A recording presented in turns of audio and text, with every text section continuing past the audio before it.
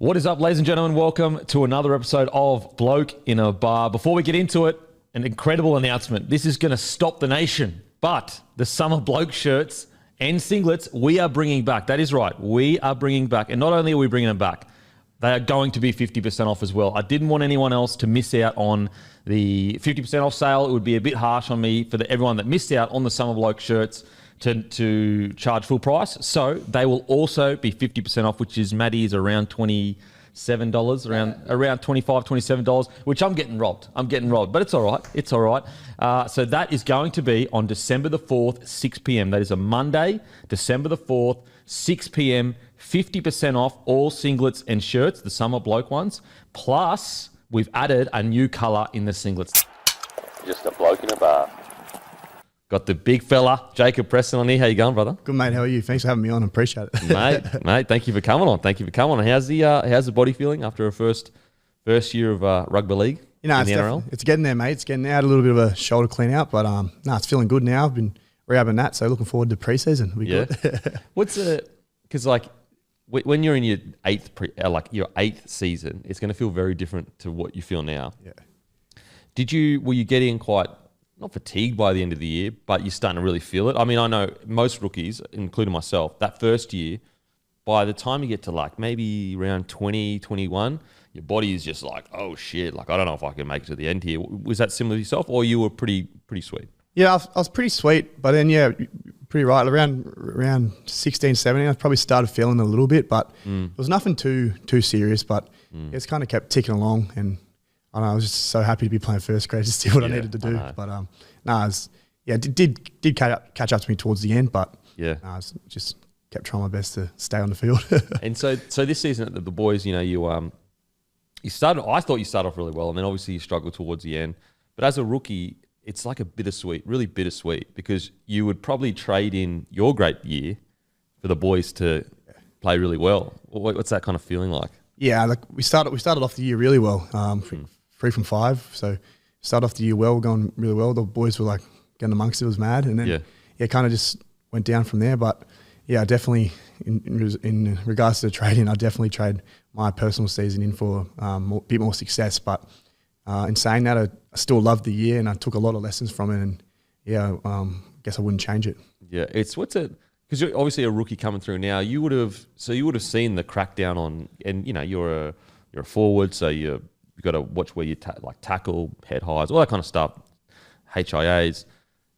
But growing up, I'm assuming it would have been a little bit different for you in the way rugby league is played to where it is in the NRL now. How do you make adjustments, especially tall? You're fucking tall, so making adjustments for that contact initially as a rookie, what's it like?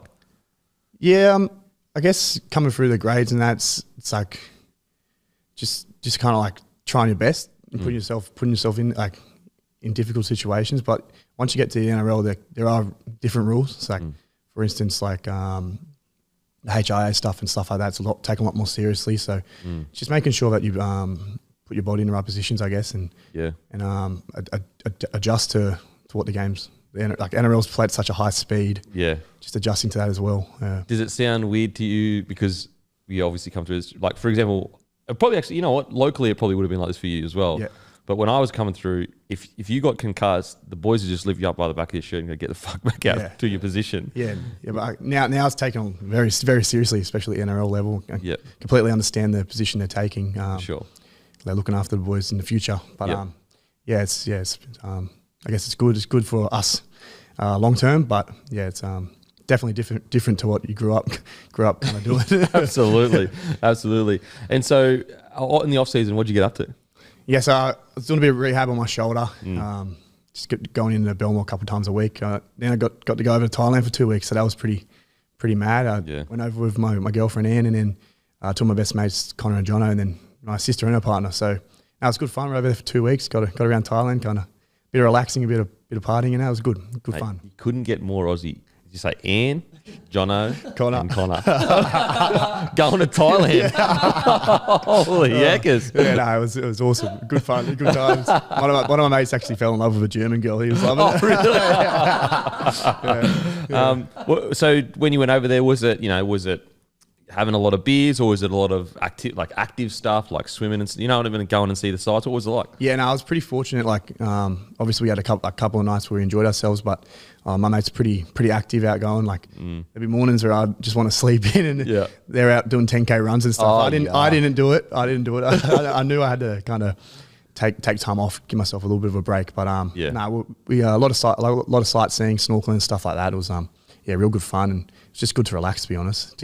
It's funny that so like people that have a job where they're in an office or they're a tradie or whatever, sometimes they get surprised at how quotation lazy NRL players are, because like NRL players, when the season ends, you're like, I don't want to see exercise, I don't want to see fitness, and you'll sleep in, you won't do anything, and like I remember some of my mates that were tradies or whatever will be like, what, bro? Like, it might be a Saturday or something, and they're waking up at 7, going out and doing something. Like, mate, like I couldn't be bothered. No, some nights, like they'd say we had like a couple of beers the nights before, they'd be up like 5:30 and literally going for runs. I'm like, I don't know how you guys do it, but then I look like 10 months of the year we're going full out. So it is important to give yourself that little bit of a rest. But at the same time, I was still getting into the gym and doing a little bit of stuff. But the 10K runs I'll save for them. It wasn't, mate. I tell you what's when I quit footy, it's so much easier going to the gym at your own pace than waking up at 5 a.m. and going into training and getting fucking you know what I mean? Yeah, no, 100%. It's like a different vibe. Like, because you just cruise in, you do your gym, and it's enjoyable. Whereas like gym at club, if you're enjoying it, you're not having a dig. Like, exactly. Yeah. But at the same time, I also enjoy being around the boys in the gym. I find that gives you heaps more as well. Absolutely. It's, sometimes when you're training by yourself, you feel a bit flat. So I really enjoy it, to be honest. Getting called a coward by your mates really does motivate you. 100%. You got to lift heavy, so it's good. So you're a New South Welshman, aren't you? Yes. Proud New South Welshman. Don't like Queensland. Jesus Christ. Disgust me. So you grew up in Wahroonga? Is that how you say it? Yes, I was born in Wahroonga, but I grew up on the northern beaches of Sydney, so out the Manly Way, Manly Way. Yeah, all right. So what was it like growing up? Was it all sunshines and rainbows, or was it tough, or was it just footy? Yeah, no, I was pretty fortunate, to be honest. I had a very good upbringing, very lucky. So grew up at mum's house. Mum and dad kind of separated when I was about 4, but I was very lucky. They maintained a pretty good relationship, and got to hang out with both of them. So I was very lucky there. And then I started off playing soccer. So the first you're the tallest soccer player ever. I wasn't that big when I wasn't that tall when I was younger. So I started off there for 3 years, and then kind of moved into rugby league under 8. So that was my first season of footy, and straight away fell in love with it. Oh, really? Just loved it. Even before that, I loved it, but not too sure why I started under 8. So I didn't start under 6, but once I played, mate, I just fell in love with it. And so I started off at the Belrose Eagles in the Manly district, and from there I just played all my junior footy for them until I moved to St Augustine's College. So that's a rugby union school. I'm not sure if you know about it, but you have to kind of, the weird kind of rule where you have to play for the school rugby union before you can play league on Saturdays. Oh, okay. So I had to play. I was playing rugby for the school and then going and playing league afterwards. Trying to make sure that I could still play league, because I was always rugby league. Leaguey. But kind of did that, and then rep footy scene kind of came from there. And then who was your team growing up? Like, as in NRL team? I was Manly. Oh, you're a Manly man. Growing up on the northern beaches, you can't. You can't not. And I went to school across the road from Brookie Oval. So okay. Which was kind of ironic. I ended up making my debut there, which was pretty cool. Oh, that's mad. But I debuted at Manly as well. Did you, Brookie? Yeah. Oval. Well, but that was pretty cool. So, I played all my junior rep footy for the North Sydney Bears, which is a bit different to most people. Obviously, the Bears aren't really known for being the most successful junior rep team, but they gave me a pathway, and I'm always be grateful for that. Played all my rep footy there. So Haramats, I was actually 5'8", playing 5'8" at the time. What the hell, man? Jesus. And then kind of had an injury, and then SG Ball for 2 years, and flagged there as well, and then got the opportunity at the Roosters. So at what point did you make, so you obviously made Jersey Flag, but did you make the rep teams when you were 12 and 14, or was it a bit later that you kind of developed? Yeah, so I played one development game at Manly in under 14s, and to be honest, I didn't play that well. And then I didn't really get a look in there, so we're back to playing just like club rugby league on the weekends and school footy for St Augustine's. And then, North Sydney Bears gave me an opportunity and went over there in under 15s and just carried through there. But in regards to like New South Wales and Aussie sides, and I was never really picked in those sides. Kind of made my first New South Wales CIS, which is a schoolboy thing in under 18s, but I kind of got injured and didn't get to play in it, which was a bit of a punish. But it is what it is. Probably aided my development, to be honest. It's made me work hard. Yeah. At what point were you playing? Because like there's kind of two ways you can look at it. Like some people play sport and they enjoy it, but in their head they're going, I am going to play professionally. Like this is the direction, and it's sometimes from a very, very young age. Were you playing for the love of it, do you think, or the love of it, and also that was a dream, playing NRL? Yeah, I'd say I was playing for the love of it, but the end goal was always playing NRL. Whether I believed the whole time that I'd be able to get there is a different story, but it was definitely what I wanted to do. It was kind of like my life goal was playing in the NRL, and it's pretty crazy that I've gotten there, to be honest. But yeah, honestly, I've said it before, when I've growing up, I was the biggest footy nerd. Collected all the big leagues, Rugby League Week, all the footy cards in like the Daily Telegraph and stuff like that. I've still got them at home. So yeah, honestly, growing up, footy was just. I was just consumed by it, to be honest. Just loved it. It's I wish those magazines were still like really popular, because then you could see yourself in the magazine. Yeah, I don't think they're around anymore. Yeah. But bit of a shame, but I guess that's modern technology. Yeah. It's all online. Absolutely. Okay, so you go to the Bears, North Sydney Bears, and at what point did you? So your first rep team, what age was that? That was in the junior reps, yeah. So I played. It was Haramass was under 16s at the time, so that was my first proper rep footy. Were you 6 or edge back row at this stage? No, I was playing 6. I was playing played the whole season at 6, and then I broke my leg in one. It was actually a catch up game, it made it even worse. So it was like a Wednesday night catch up game. Yeah. Because one of the games I think it was one of the earlier games in the season got called off because of rain.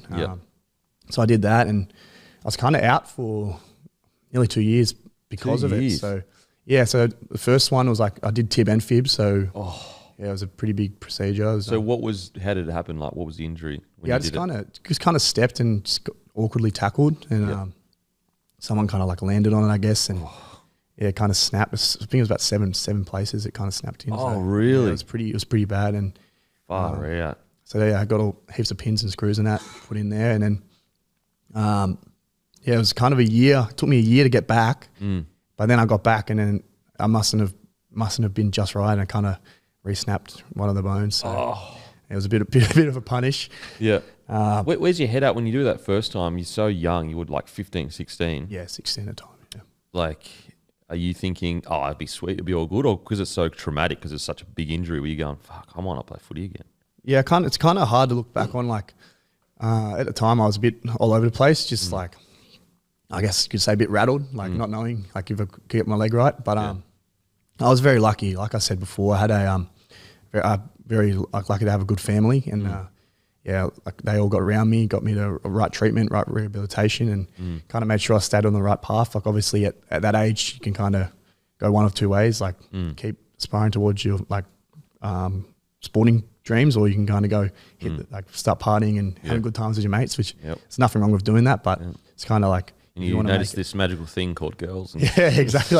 So what's that? Oh my God.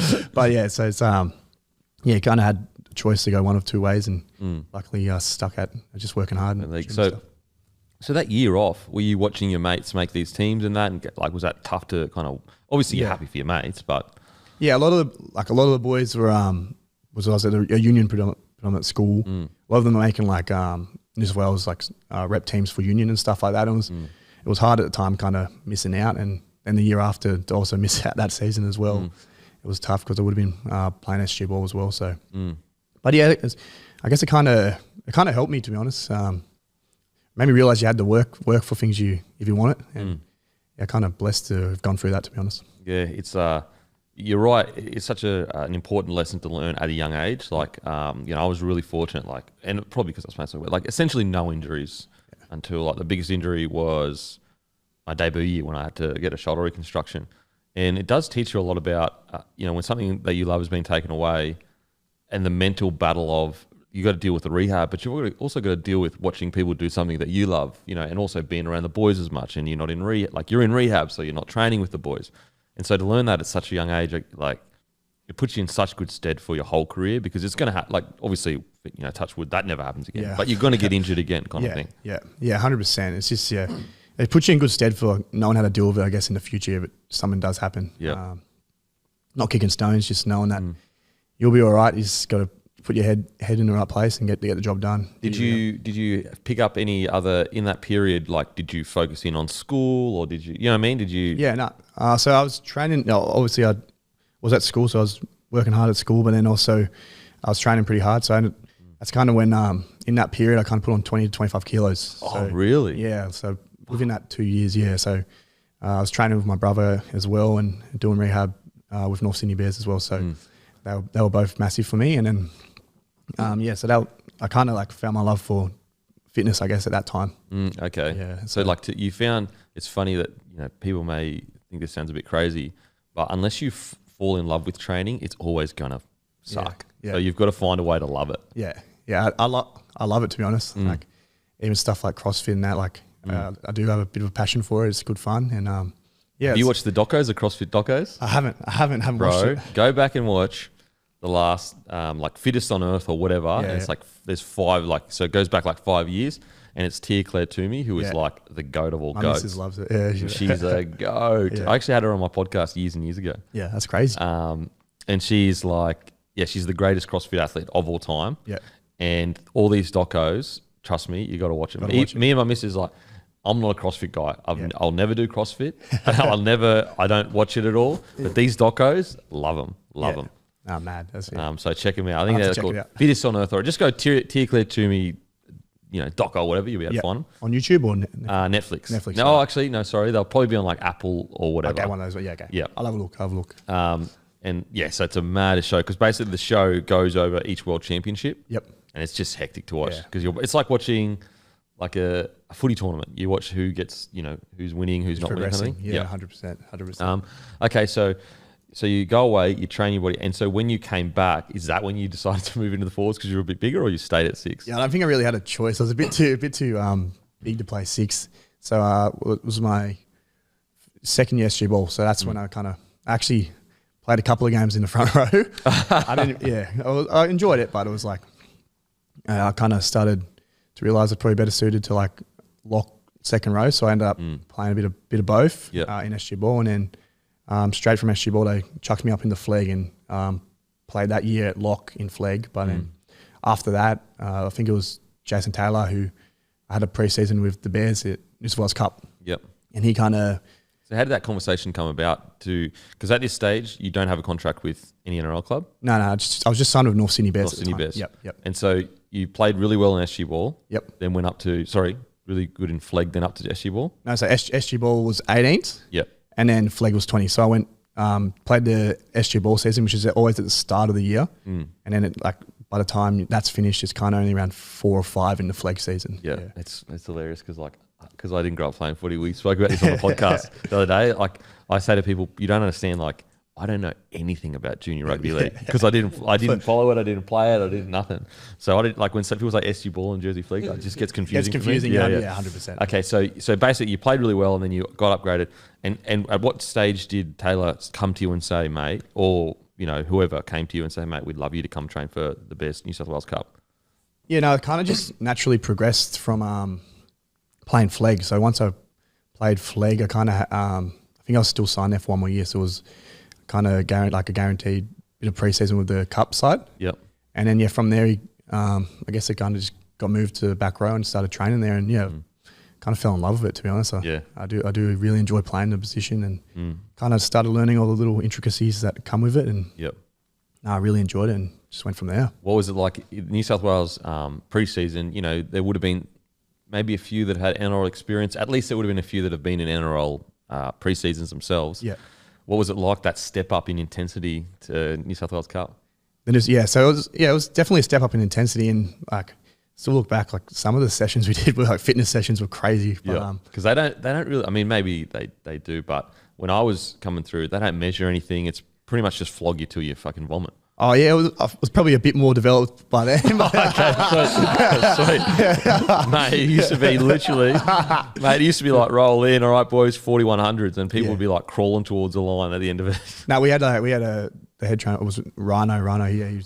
He put us through our paces, that's for sure. But, Okay. But no, it was good fun. It kind of got me in good stead, to be honest, to be able to it was a good kind of transition to be able to eventually do an NRL preseason. So But yeah, I was working full time as well at the time. So what were you doing for work? I was delivering parcels. So I was working for my dad as a subcontractor for Australia Post. Yeah. So yeah, it was pretty. Did you get an Australian Post car?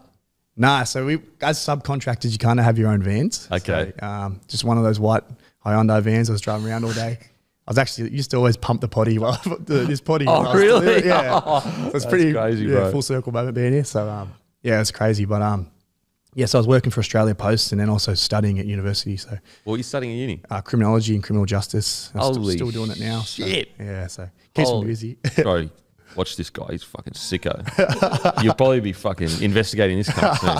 Absolute sicko, bro. Yeah. If you see his head on the news in 10 years, you'll be fucking... I remember this moment. Yeah, you'll know. Mate, okay, so... then obviously you went okay at school. Yeah. So how'd you go at school? Yeah, no, I did pretty well. I was lucky. I was at a pretty good school and good bunch of mates that obviously love their footy, but also prioritised their education as well. So what? Did you just say that? Footy players prioritising education, the next generation. I'd say like prioritise footy, but also placed importance on education. Okay, yeah. So it's probably a better way of putting it. Yeah. So at school, did you know that you had an interest in criminology? Yeah, so I was kind of leaning towards two kind of ways, like in terms of like career paths other than footy, like just behind that. So it was either criminology or like physiotherapy route. But yeah, I don't know. I was always passionate in that kind of scene, and I kind of just ran with it. Went from there. I'm gonna fully assume here, but like, are you a massive like serial killer podcast guy? No, I'm actually not serial killer. I just like true crime sort of things. True crime? Yeah, very, very interested in that. Listen, I'm so stupid that I just like molded them together. It's pretty much the same thing. Yeah. Oh, well, yeah. But I listen to some stuff like that. But, yeah. What do you enjoy about it? Is it the understanding of someone's mind? Is it the process of the Like what does criminology pertain to when you study it? Yeah, it's actually pretty different to how you'd expect. Some of it can be a bit dry. Okay. So there's a lot of social like science in a course, but once you start getting into like learning the like criminal side of things, it's pretty interesting, and criminal law and stuff like that. I find it pretty intriguing, to be honest, and fascinating. Yeah. Kind of just looking at what causes people to commit crime and stuff like that. So when you say social science, for the people listening, that's essentially, a study of like community, society, how people kind of interact with each other. Yeah, it's that sort of thing. It's a lot of like kind of research projects on all different social issues, that kind of area of things. But so it's kind of like the course is kind of like that side of things, and then also the criminal side of things. So you have to kind of do both. But I didn't realize that at the time. Not that I'm saying I don't enjoy it, but it can be a bit dry at times. As in the social side, but the criminology side you really do enjoy? Yeah. Okay. Yeah. And so the criminal side or whatever, what's that specifically about? Mostly so far, because I'm 2 years into a 3-year course, because I'm doing it part-time now with footy. Wouldn't have been able to do it full-time. It's mostly criminal law and looking at just parts of the legal system and, in all different areas, so avenues, and how it affects different parts of society. Okay. It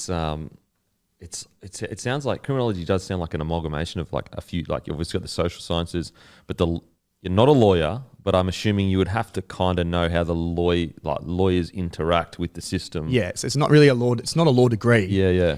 But yeah, you learn a lot about like the process. Yeah, because like for example, my brother, he's a doctor, and part one of the subjects I think was medical law. Yeah, and so he's not a lawyer, but he has to know, like, not only know when he studies it, but he has to keep updating his knowledge on that medical law. Yeah.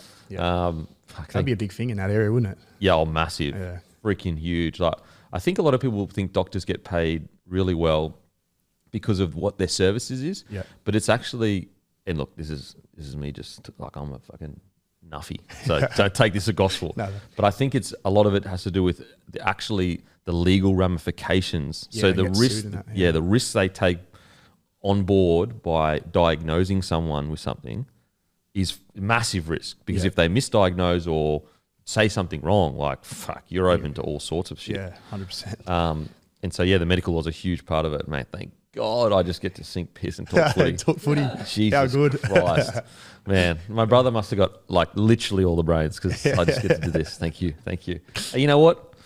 I know the rules of rugby league. That's considered, I'm a rugby league lawyer. Yeah, 100%. Okay, so that's really interesting, mate. Really interesting. And so you're still studying it. If, let's say tomorrow you'd finish your career and everything, do you enjoy it enough that you'll go straight into it, or is there other things that have interested you? Yeah, no, that's a tough question. I'm not too sure, to be honest. I haven't really given too much thought about it, to be honest. But there probably is other things that I'm more interested in now. It was kind of, but like I'm pretty much like two-thirds of the way into it, so I may as well Pot committed. Yeah. I mean, You're all in, baby. You got to finish it. Got to finish it. Just be like me and just fucking leave your apprenticeship when you're 3 years in. No,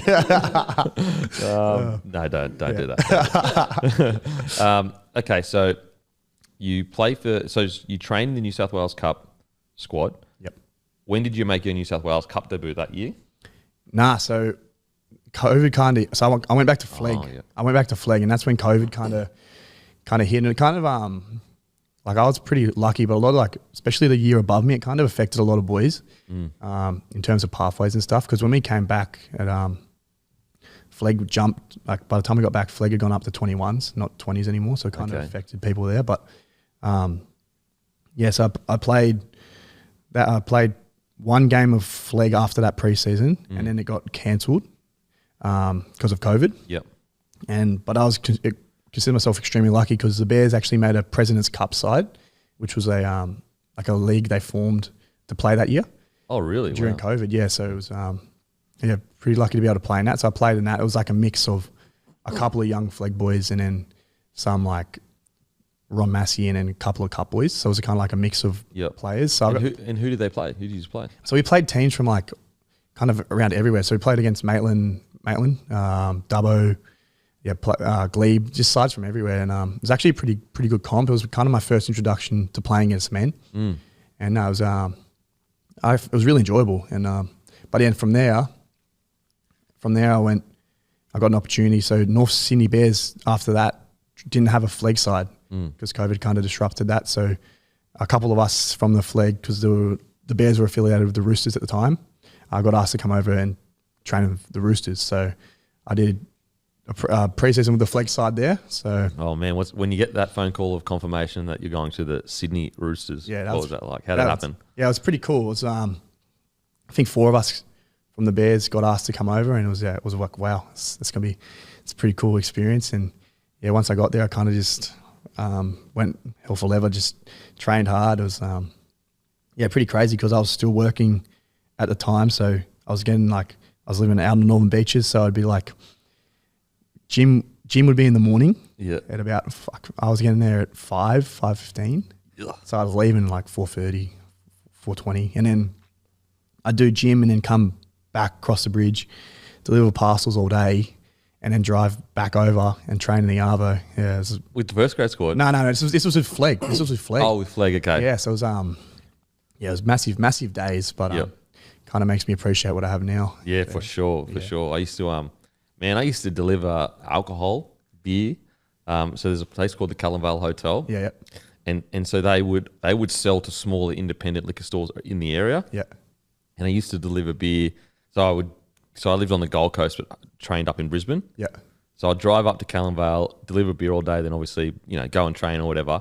But what's funny is the guy that I used to deliver with was like a full criminal. He used to be in and out of jail, but bro, he was the most hectic worker ever. Yeah, worked hard. Hard as shit. Yeah. He just kept going to jail. But you know what? I think don't get me wrong. I do believe that it's really good that young kids coming out of school can get these big contracts of 100 and whatever grand and be full-time first graders. I think it's great, but I also do think there is something important for at least maybe a season that young footy players work and train just to give them an idea and some perspective on like what it could be like. 100% right. Like looking back at it now, like the hours I was doing was pretty hectic to be honest. So you were basically leaving at 4 or 4:20. Yep. And you wouldn't have got home till about 9 at night? Yeah, about 8:30, I reckon. Oof. Yeah, so it was, obviously we wouldn't train every day, so I'd have some days where it wasn't as hectic, but then also at the same time I was doing uni and I was also working a pizza shop gig on Sunday nights, so just to keep it ticking over. So it's pretty hectic times looking back at it now. But Did you have time to enjoy yourself? Yeah, I don't know. I still managed to find time. Yeah, I still managed, but it just makes me appreciate what I have now, to be honest. And, But yeah, back to footy really. Like I played that season of Flegg. It was disrupted again. We kind of got to like round 16 and then like another COVID wave hit. Yep. And then, we came back, did another preseason with the Flegg side again. And then we kind of trained at the Roosters at the time. We were the Flegg and the New South Wales Cup for the Bears were kind of training. Like we trained together a couple of times a week. So like did a pose and stuff. So that was good. And then started off the year last year with the Flegg side and then kind of made my New South Wales Cup debut in about round 5 and kind of went from there. So your day, because like what's funny, we always talk about the NRL debut on this podcast, but the New South Wales Cup debut is like almost, it's not as big, but it's a big deal when you're coming through the ranks. What was it like for you? Yeah, now for me it was pretty cool because I'd come through the ranks at North Sydney Bears, like a lot of, I did all my junior footy like rep scene through the Bears, and then like to make the debut, like not many players there kind of go through the system and play New South Wales Cup for the Bears. So to be able to do that was pretty cool. So that was a cool moment, and my family and that, they used to love going down the Bear Park and watching those games. So that's the, if you're a junior and let's just take NRL out of it, that's the end goal for a junior Bears player is the New South Wales Cup side. Yeah, it's kind of to get to that and then hopefully get a like an NRL opportunity. Yeah, so it's pretty cool. So do you remember the day, the New South Wales Cup debut? Because I still remember the game from my New South Wales Cup debut. Yeah, no, actually, it was actually a pretty cool day. We played against Canberra. Ended up scoring 2 tries. It was two meetings on debut. Stop it. Yeah, so that was pretty cool. It was, I had my family in there and that. Yeah. So how did you get informed that you'd be playing? Was it just the team named or? Yeah, JT kind of just told me on the Thursday, so it was a couple of days before. I was meant to be playing Flegg, but then he said, "Yeah, you'll be playing Cup this week." So yeah, it was good. It was pretty cool. We had a pretty good side. A lot of the Roosters boys like Adam Kieran, Lockie Lamb. It was a good side, and it was good to get the win. Well, do you remember? What do you obviously the 2 tries, but what's the biggest memory from that game for you? Probably just running out on the Bear Park. It was a pretty cool experience. Obviously, the clubs has a rich history. No, they're not in the top flight anymore, but they still have fans down there and that, and they get decent crowds. It's just running out there to the song. It was pretty cool. Yeah. Okay, so you make your debut, and did you keep your spot then in the side, or? I played one game, and then I kind of went back to Flegg, and then later on in the year I got back in the side and pretty much finished off the year there. Finished off the year. So how many games did you end up playing that year? About 12 games a Cup. 12 games. Is that when you got picked up by the Dogs, or was it the next year after that? No, so that was last year. So I pretty much got contacted from the Dogs just before I made my Cup debut, like just before I played Cup. Oh, really? Yeah, wow. So that's how early they were looking at you. Yeah. So they got me about round 4 or 5. They kind of said they're interested in having a chat with me, and then went from there and ended up meeting Gus and Jabel's at Belmore. It was pretty crazy. I was like, wow, it was feel good. It's Gus Gould right there. And so were there any other clubs that had shown interest or anything like that? There was a couple, but the best opportunity for me, I believe, was at the Dogs. So that's kind of where I went. And when they offer you that, was it a first grade contract or was it a development squad like contract? No, it was a first grade contract, and that. Wow. Yeah. So it was like, pretty awesome, and I just knew I had to take it. It was great opportunity. So when that comes across your table and you've got to sign it, what are you feeling? Yeah, I couldn't really believe it, to be honest. At the time, I remember it was a couple of weeks after the meeting, and I came in and signed the contract. It was crazy. Like I don't know how to explain the feeling. Just to be able to know that I was able to kind of stop working and just train full time, and just to do that, I was stoked. Yeah, and then and then once I got there, it was incredible, to be honest. It's such a relief when you've got to work and train, and then you get this offer, this contract to just train full time. It's almost like, well, this is almost easy. Like Yeah.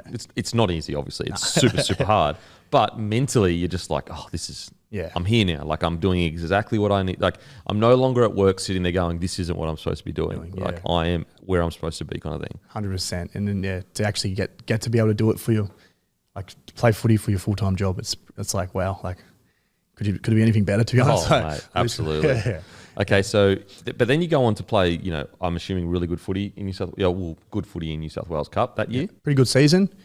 We ended up making the finals and then kind of got bounced out like 2 weeks in a row. And then I ended up actually going back and playing one more game of flag because they were still in the finals. So, but I lost 3 finals games in a row. So. Oh, no. Yeah. Was it 3 Mad Mondays in a row? Or? Nah, not 3 Mad Mondays in a row. Just the one at the end. So that was pretty tough end to the year. Both sides were going pretty well.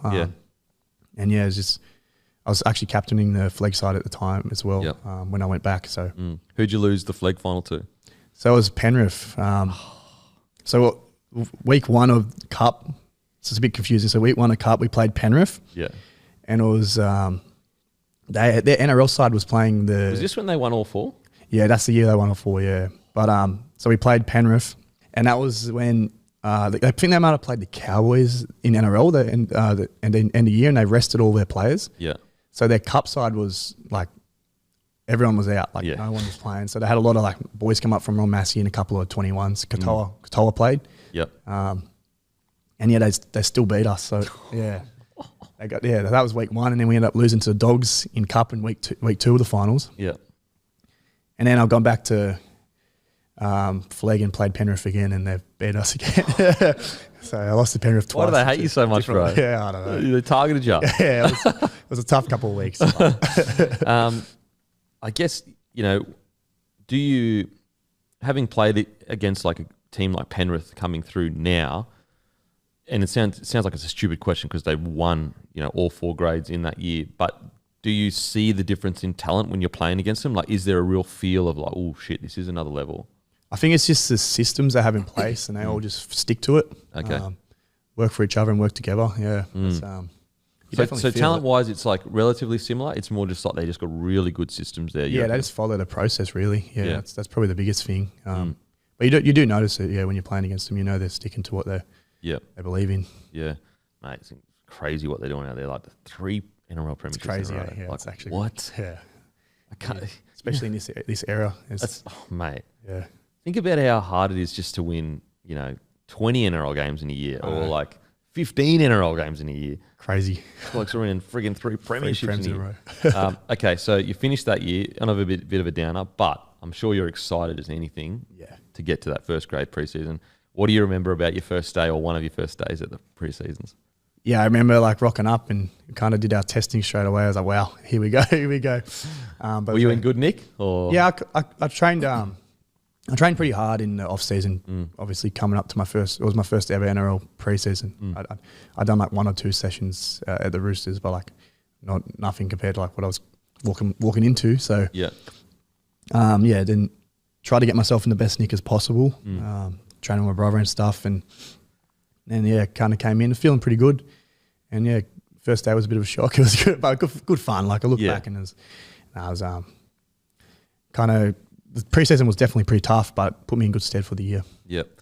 And is there any session that you remember, or even just watching one of the senior players train, going far out like this is first grade? Yeah, when Kicks came, because he was a bit late because of the World Cup and stuff. But I remember it might have been a January session, and just the intensity and level he trains at, it's a pretty crazy to be honest. Kick out. William Kick out. Yeah. When he came, I was like, wow. That's the level I want to try to get to. Yeah, wow, that's interesting because you would assume he just relies so heavily on his natural talent. But he's honestly at training he goes so hard. He's really a beast. Yeah. Wow. Okay, that's it. Yeah. Wow, that's cool to hear. Was it crazy to see a guy like Kikau? He's such a man mountain and so talented. Yeah, just seeing all the on my first day walking in, I was like, wow. I kind of walked in and I was relatively unknown. No one really knew me, and just walking in, I was still starstruck. Just looking at all the boys. It was crazy. Yeah. Then as it was the World Cup, some of the big dogs kind of started coming in later, and then seeing Foxy and Kicks and Birdo and stuff for the first time, it was pretty mad looking back at it. What about Foxy? I mean, seeing brother Fox just doing his thing. He's the man. He's such a good lad, and so good for us younger boys. Just giving us confidence, and he's a ball of energy. It's so good for us. Okay, so that first preseason, did you find that you did well in the preseason, or did you struggle, or what was it like? Yeah, I just kind of took it day by day. Just tried to throw everything out each day, and it was definitely tough. There was definitely periods I was like, wow, this isn't as hard as they say it is. But yeah, I enjoyed it and kind of just threw everything at it. Went all in. Did you do an army camp or anything like that? We didn't. No, we did like a week-long camp at St. Greg's, but it wasn't an army camp. But it was like you get towed up. Yeah, towed up some days. Yeah. It's funny with preseason. As a young fella, you rock up some days and you go, I am so sore. Like, I can't run. Like, I can't run. Your body's just maxed. It's done. It's done. And you're like, there's no way we could do fitness today. Yeah. And then you go and do fitness. Like, it's bizarre, eh? Yeah. It's crazy how far your body can go. Like, you just, as a young fella, you don't think, as I said, sometimes you literally rock up and you go, if there's fitness today, I'm going to have to pull out because I can't do it. Yeah. And then you somehow, some way, you just get through it. Yeah, it's kind of like getting your body to the level it needs to be at, really, isn't it? That's obviously NRL, the intensity is so high. Yeah. There is days where your body's absolutely ruined, but I guess it's what you have to do to get there, I guess. Yeah, absolutely. That level. Okay, so that preseason, obviously, you get done. Did you play in so obviously you would have played in the first trial because that's like the rookies and it's like you get opportunity. Yep. Did you play all 3 trials?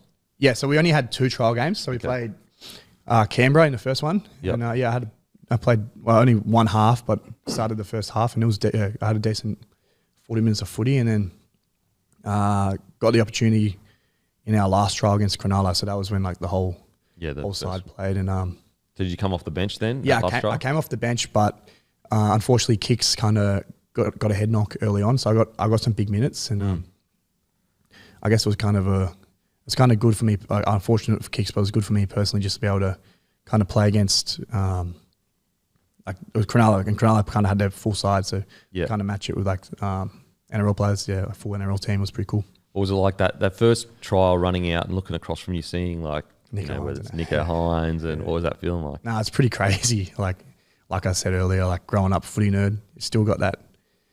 Like the big dogs have that aura about them. You just like, it's just crazy then to like tackle them and that. Like I remember Dale Finucane running at me like, wow, it's Dale Finucane. Yeah, stuff like that's pretty cool. But it's stuff you remember, I guess. Who's your favourite player growing up?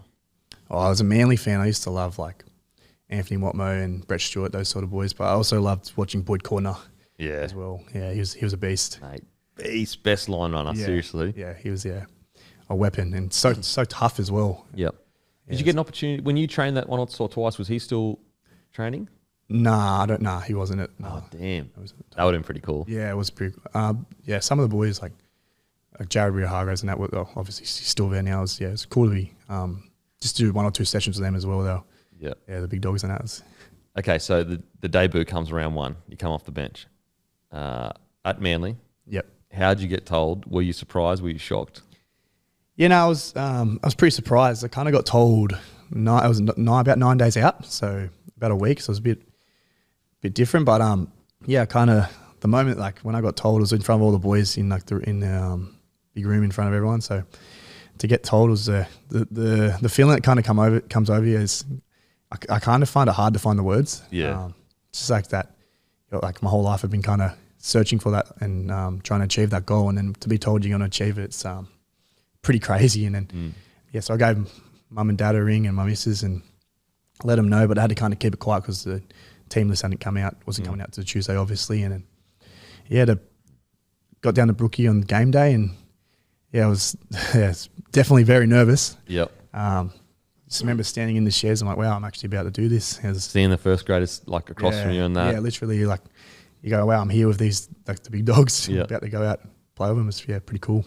And when you got told in front of everyone, did all the boys get up and about? Yeah, so I was Alamotti as well. Got told he'd be debuting, so we got told together. Yeah. Yeah, all the boys started layering up and stuff. It was awesome, and obviously you get up and say a few words, but it's so lost in the moment that you can't really like gather yourself to get the right stuff out. So it was pretty funny. Man, I can't. I think mine was just like I got named and it was not even like any fanfare or anything. Nothing, yeah. Just like named. Like there was no jersey. I don't think there was a jersey presentation. Like I don't even. Yeah, it's crazy. Can't remember. Like I can remember I can remember the lead up, but I can't remember specifically there being a big deal about it. Yeah. Yeah, super strange. Yeah, but obviously, so your debut. What do you remember from that game? Like, what stands out to you in that game for you? Yeah, probably just running out, and then I kind of a couple of things went wrong, and I ended up playing a bit of centre to start off. So Oh my god! Yeah, I think one of the boys got binned, and someone got a HIA, so I kind of had to fill in there, and then. But yeah, once I got settled in, it was all right, and obviously the result didn't go our way, but it was definitely a special day, and had all the boys up on the hill, being from the local area, they all got down there. It was pretty mad, and must be a spin out to think just across the roads where you went to school. Yeah, it was crazy because we'd go over there at lunchtime and stuff, and kick the footy, and to be able to achieve my lifelong dream there, it was pretty cool. Yeah. But yeah, then after the game, going across and seeing all the boys on the hill was a big crew. It's pretty mad, to be honest. They all love their footy, and to be able to go over and see them afterwards, it was crazy.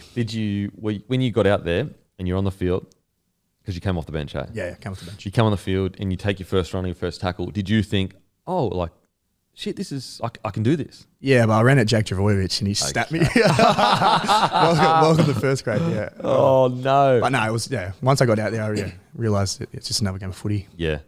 I remember same thing with me. Like when I made my debut, I thought like, man, they're going to be so strong. They're just going to rissole me. And then the first contact, I was like, oh. Not too bad. Yeah, they were just normal human beings. Yeah, it's just another game of footy. Another game of footy, all good to go. Bit faster. Yeah. Okay, so obviously you make your debut, and then you keep your spot for essentially the rest of the year outside of suspension, correct? Yeah, ended up getting a start the week after, and then pretty much stayed in the starting side from there. And you scored your first try against your victory over the Storm the following week. Yeah, that was pretty. I look back, that was a pretty mad night, to be honest, looking back at that. I didn't I wasn't named to start. But then a day or two before the game, I got told I'd be starting, and ran out into Amy Park, and I was like, well, this is hectic. Like playing in Melbourne, like, you know how hard you know what I mean by that, like, like it's a big game, you know, it's going to be a tough game, and then. Yeah, to get out there, started playing, and it was just mad. Walk us through your try. Yeah, I think Kingy took one up and offloaded it to Reed, and I saw him just coming across. I'm like, oh, there's a little gap there. I just punched that, and Reed being the player he is, he knows where to pass to, and he found me and just got over the line. Luckily, just got it down. But it was a pretty cool moment. Well, you put the ball down, it's a try. What do you think? I just scored against the Melbourne Storm. To be honest, it's a bit of a blur. I just look back and I remember getting up, going, "What just happened?" It's just crazy. And then it's walking back over, and the boys are like on the bench and that saying, because I was standing on that side for the kickoff. They were espresso stuff like that. It was pretty cool. Yeah, far out first try, so good. And then in round 5, you scored a double against North Queensland. That was a crazy game. Scored, lucky enough to score 2 tries that night, but I think Grubb played that game as well. He came off the bench. I think it might have been his first game of the season, and then Birdo kicked the winning field goal and got on point. So that was a pretty crazy night as well. Walk us through your tries, bros. Come on. Oh, you don't get them off. I think the first one might have been off a kick, just a couple 10 metres out, just put a kick through and just chased it and scored, and then. The second one was off Reed again. He knows how to find you. Reedy, you owe Reedy, bro. Yeah, I do. I owe Reed a couple beers, I reckon. He just found me on a kind of an overs line. Yep. Close to the line. Yeah. Lucky enough to get it down. What about when Berlo kicks that field goal? What do you just kind of, mate, this is the best. I was awesome, but I was so gassed. It was my first I think I was nearly 85 minutes. Yeah, I was. Just even that, I didn't realise how much that little bit extra footy, like. Couple of minutes gets you. Yeah, absolutely. But it was an awesome feeling.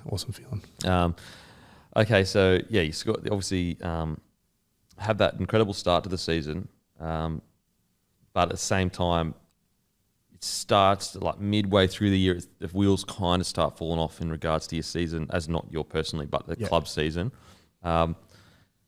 like, did anything change, or was it just things just didn't go right? Like, Yeah, no, I wouldn't say anything changed. Like the boys were still up every week, trying hard, ripping in. No, I just didn't really transition onto the field. But in terms of working hard and that, we were all ripping in. So yeah, I'm not too sure. It's just I guess that's just footy sometimes. and what's it like being under Serraldo? Like, what kind of coach is he? He's obviously in his first year himself. What was it? Like? He's awesome. He's been so good for me. Like honestly, like walking in day one, I didn't really I was a bit like really nervous. Yep. And he was from day one. He always backed me, and I think if you just work hard, he'll respect that. And he just places a lot of confidence in myself. Just go out and do your role, do your job, and I love playing under him. Yeah. It's because like that midway through the year, I don't know what it was. It just seemed like anything that could go wrong went wrong. It just didn't seem to click for you boys. And then that snowball effect of you lose confidence, and then all of a sudden you're at the end of the year and you're struggling in defence. And was there any, I guess, defensively, because it was a tough year defensively as a club, were you struggling to deal with new systems, or was it kind of just like things just didn't click? Like it just I'd just say it probably just didn't click how we wanted it to. But like everything, it just takes time, and systems being implemented are world class. It's pretty similar to Penrith, so once we get there, we'll be awesome. Yeah, absolutely. I mean, definitely. There's a plan in place for the development. Yeah. But in April, you sign a 4-year deal. Yeah. Holy heckers. Yeah, it's pretty crazy. It was just to be able to kind of set my future up, I guess. Be able to commit to something, and then just knowing that I can just focus on footy now. Just work hard and perfect my craft. It's pretty cool. And like, at the very least, you're in a first grade squad for another 4 years. Yeah, it's such a big win. It is. It's awesome. It's awesome. Like just to be able to do what I love. Literally, like I love rugby league, and to be able to do it for a job, it's so good. But I definitely won't take it for granted. But I know that it's heaps more hard work, and there's heaps more things I can get better at. So looking forward to ripping in. What's it like playing with a guy like Reid Marnie? Works his ass off, quite crafty. Yeah. And he's a pest, but a good pest. Yeah, it's awesome. On the field, he's always chirping and that, and he's just a ball of energy. He just like does so much work and gets around. He just gets around everywhere. You just see him everywhere. It's kind of someone you look up to because he's always doing everything for everyone else. So, it's pretty cool to be able to play with him. And also, like, the fans have obviously just embraced you, Presto Mania. How, because only 12 months ago you were just another unknown footy player that loved playing rugby league, and now the Bulldogs fans, they adore you, and the Presto Mania. Is it cool seeing all that stuff? And what's the coolest thing you reckon a fan's done for you, or you've seen? It's definitely pretty cool. Like, I didn't really expect it. I just kind of give my best crack every time I step out, but we're very lucky at the Doggies. The fans are so passionate, and it's so cool to see. But it was a fan that kind of gave me this big. He made this big like sign for me, like that you can hang up in my room. So I'll give him a shout out. Matty Attard, he got it sorted out for me. So I'm very thankful for that. Is it a Presto Mania sign? Yeah, it's kind of like this cool graphic design thing he's done. So so he's a good fella as well. So that's mad. That was awesome. It must be weird for you going, I can't believe it's happening. It's pretty crazy to be honest. But hopefully just continue to play good footy and just go from there, I guess. Yeah. Okay. You win the rookies. The George Peponis. How you say? Peponis, yeah. Peponis. Yeah. Medal. Bulldogs best player during 2023 season. Like. Holy moly. That was pretty crazy as well. Yeah. A lot of crazies, to be honest. I've been saying that a fair bit. But it's pretty special night. It's something like I didn't expect, I guess. But to get up there, and I was I'm not a very good public speaker. So when I had to go up and do my accepted speech was in front of all the big dogs and stuff, I was pretty nervous. But it's definitely a night that I'll close to me forever. Like to go for my first season and achieve such things. It's pretty cool. And does it spin you out seeing the people that have won it before? Yeah, it does. It does. seeing the big dogs that have won the award and seeing my name next to it, it's a bit of a spin out, to be honest. Yeah. But definitely an awesome night, and yeah, definitely very honoured. You would have taken your wife? Oh, sorry, your partner. My partner, yeah, your partner. Yeah. Anne came along. So she had a good night as well. How's she enjoying? How successful you've been over the last year or so? Has it been something that she's enjoyed, or is it the scrutiny? Sometimes is she like, oh, this person's, what I mean? It's hard for the partners. Yeah, no, she's handled it pretty well, to be honest. Yeah. She likes to keep it pretty low key.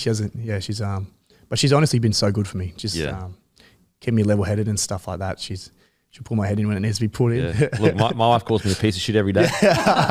just keep me keep me head down. But she's been real good, really good. She's a good one.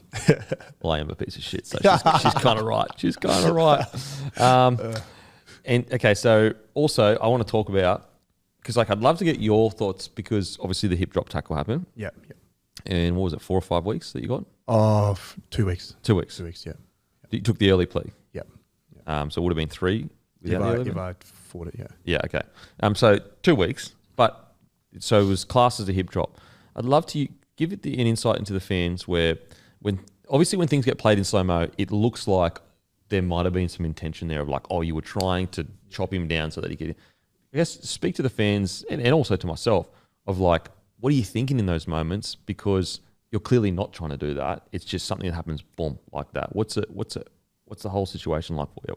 Yeah. Are you thinking like, I'm just trying to get him down? What are you trying to do? No, literally all I'm thinking is I just got to get this bloke down, tackle him. But it's on me just not to lose my legs. That's probably the biggest thing. That's kind of when it happens, is when you lose your legs and you're fatigued. And that's the way to stop it. Just keep it holding your feet. But yeah, it's got to be better there. That's on me. And yeah, apologise to Jacko. Didn't mean it for that to happen. Yeah, for sure. I mean, it's footy. These things happen. I guess the tough thing with keeping your legs is then you're probably not going to get him down. Yeah. So it's that hard. It's not a decision you're making because you're just fatigued or whatever. Are you guys in NRL? Because obviously this all come through when I quit years and years ago. Do you guys try and train now to not lose your legs? Are there systems that are getting put in place at clubs of like, okay, guys, you got to do it like this or like that? To be honest, in that situation I was in, I probably should have like chopped his legs instead of. As in with your shoulder, you should have. Yeah. But it definitely place importance on keeping your feet because you don't want to end up in positions that can get yourself and the opposition player in trouble. So it's just something I've got to keep working on, to be honest, and just probably happens when you're a bit more fatigued. But yeah, it's just on me to be better.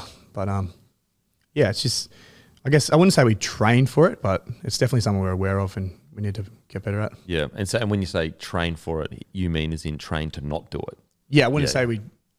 It's in your mind not to make sure you keep your feet. Yeah.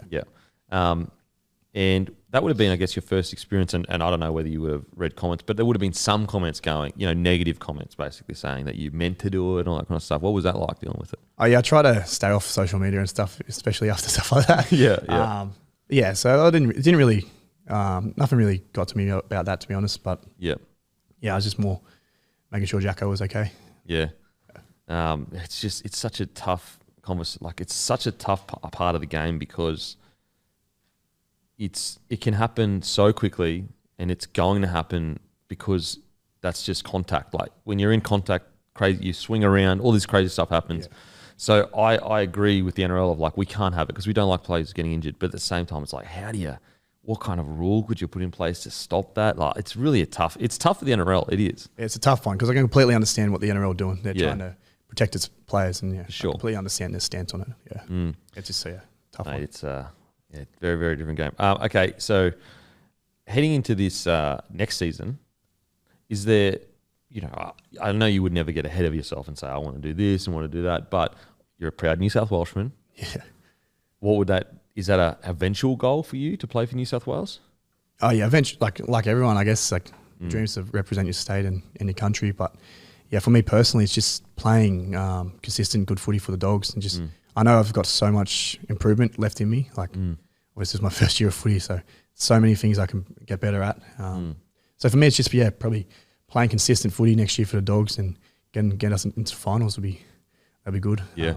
And in regards to the Dogs heading into this next year, and we don't have to go into detail at all in regards to that whole situation that happened, but was it as dramatic as people made it out to be, or was it sensationalised? No, it's definitely sensationalised. Like all the boys, we're sweet. Everyone's sweet. Yeah. Okay. We all get along really well. We have a really tight knit group there. So yeah, no, it was all good. Yeah. Yeah. And so heading into the next year, have you guys had you would have had your reviews? Yep. So you won't speak, because usually at the start of each preseason they sit you down and say this is the direction we've headed. Have you got a vibe of like what is the plan kind of next year for you guys as a squad, and what's the hopes, or that will come in the next week or so? Yeah, I think that'll kind of come within the next week. Yeah. We go back on the Wednesday, so yeah, looking forward to it, to be honest, mate. I can't wait to get back in there. Mate, you're a crazy person. You're a fucking crazy person. What about the mullet? You're actually, you know what, the boys, 100%. The mullet, is it going to stay forever? What's going on here? Yeah, I'm not too sure. My missus hates it. Oh no, that's a lot of pressure. So I'm going to keep it. The sacrifice you're making. Yeah, I know. But yeah, I'll probably keep it for the time being. I had a mullet back in the day, and I kind of got rid of it, and I kind of regretted it straight away. So I might give it a bit of a trim, but for the time being, I keep it. Hey, just let it flow. Let it flow, mate. And for you personally, what part of your game heading into next year do you want to work on? Yeah, probably my communication. It's a big part of the game. I know I can get it a lot better, especially under fatigue as well. It's a very important aspect of the game that I think gets overlooked. And it's just some little intricacies in my defence and stuff like that, working under fatigue. Yeah. And do you have an idea of kind of what your edge will? I mean, probably too early to say. Yeah, it's a bit early. Yeah. Got a fair few new boys coming in. So yeah. But I'm definitely excited for it. Yeah, absolutely. Have you had any? Have you spoken to Gus much at all, or not really? Oh, not really. Like you don't. He kind of does his job, and we don't see too much of him. But he comes in every now and then. He's a nice fellow. But I'm still like Gus. Gus Gould. Yeah, absolutely. What's a real unique perspective that Serraldo brings that unique to maybe other coaches that you've been under? Yeah, well, it's kind of my first NRL coach, so it's he places a lot of importance on just working hard for each other and turning up. No real excuses and stuff like that. So you must be a bloke beer drinker. Turn up for your family mates, good times. He actually is a bloke beer drinker. He so when he was assistant coach for Penrith. Yep. And I think it was when Hook got the sack, and they were on the Gold Coast, and all the boys come past the bar that I had at the time. Yeah. Yep. I don't know if he had a beer, but he was there. So I think there you go. I think loves it. He's a bloke beer drinker. Nah, not nice, really nice fella. Yeah. Really nice fella. Is it because like obviously you love the Bulldogs, you sign a 4-year deal, but being a footy nerd, I'm assuming you watch most games. Yeah, I do watch a lot of footy. Is it what's the viewing experience now that you're in it? Because before you're in it, you get to watch as a fan and be like, "Fuck, go this player, go that player." What's it like now that you're in it? Yeah, it probably does change a little bit because you do so much video during the week, and you're like focusing on stuff that you probably wouldn't focus on when you're just watching like in general. Yeah, it's definitely different, but I still love watching it. I just love footy. Who impressed you the most this year? Okay, give us your player of the year, and give us your schmokey of player of the year that a lot of people maybe not have recognised. Yeah, I think KP and SJ were they're probably my players, but if I could pick two, I'd be those two. Yeah. Not to be controversial. Those two, yeah. Even playing against them, there was you could tell they were playing real good footy. What's it like? Did you get to play against KP? Yeah, I did, yeah. What's it like seeing him swing out the back going, oh, shit? Yeah, it's crazy. You do video all week trying to mark him, but he's so talented. Yeah, so it's just real quick, and you know what he's like on those short sides and stuff. He's very, very good at executing. So is it just the pace that he plays at that's tough to defend?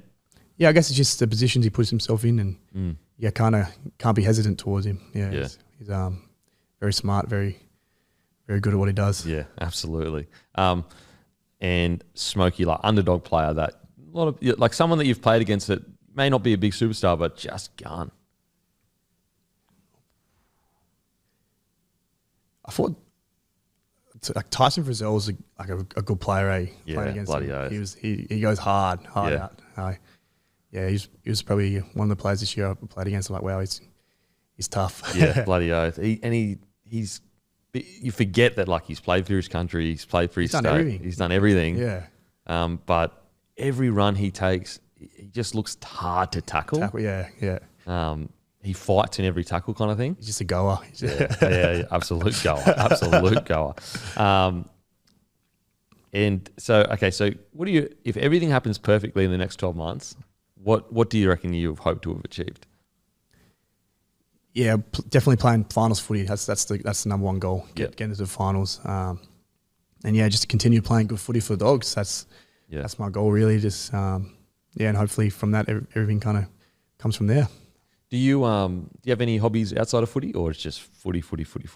Nah, I do like to get away from footy sometimes. Much as I make it out.